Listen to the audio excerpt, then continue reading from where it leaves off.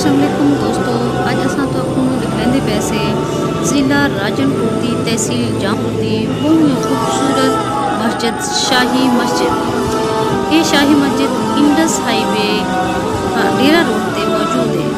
शाही मस्जिद पूरी आन शान बान दे नाल पहली ही नज़र लोगों को अपनी खूबसूरती की वजह नाल मुतासिर कर गिनती है।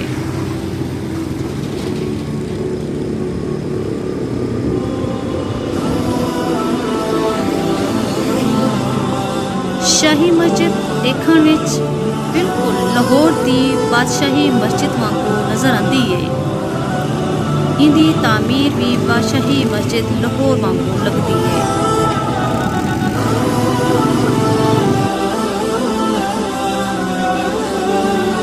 इत्थां नमाज़ें दे वज़ू की सहूलत वास्ते पानी ते वाशरूम की सहूलत भी मौजूद है।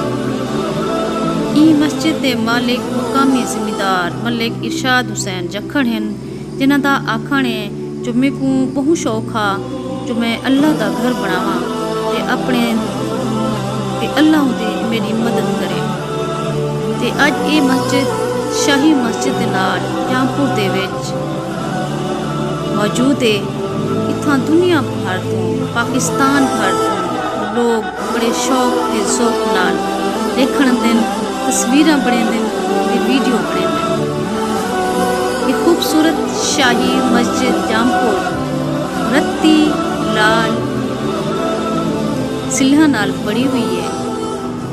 देखने बहुत सोहनी लगती है। इंदे दो दरवाजे हैं, एक मेन दरवाज़ा ते नाल एक छोटा दरवाज़ा है। बरामदा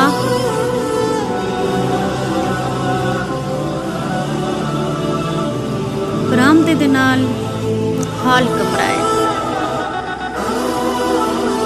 दी साइड वाली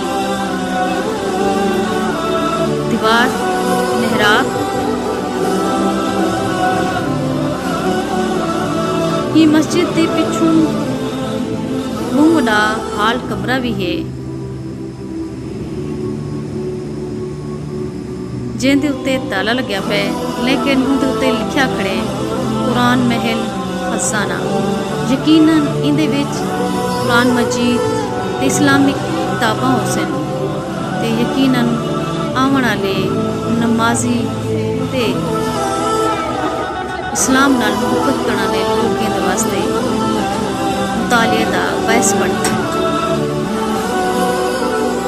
खूबसूरत शाही मस्जिद जामपुर की हसीन जमील इमारतें मशहूर है। लक्कड़ इत्थां दे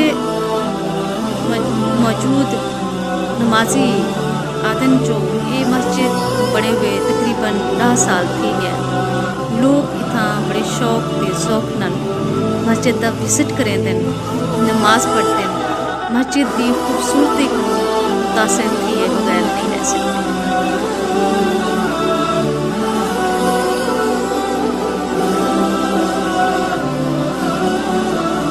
खूबसूरत शाही मस्जिद फनो तमीर का खूबसूरत शाहकार जामपुर की बहुत ही खूबसूरत शाही मस्जिद जामपुर की सुजान शाही मस्जिद। यकीनन तुसां देखते बहुत खुश थे हो सो कि जामपुर दे विच इतनी खूबसूरत शाही मस्जिद मौजूद है, जिन्हें लोग दूर दराज तो आते खुश थी दिन तस्वीर बने दिन ते वीडियो बने दिन।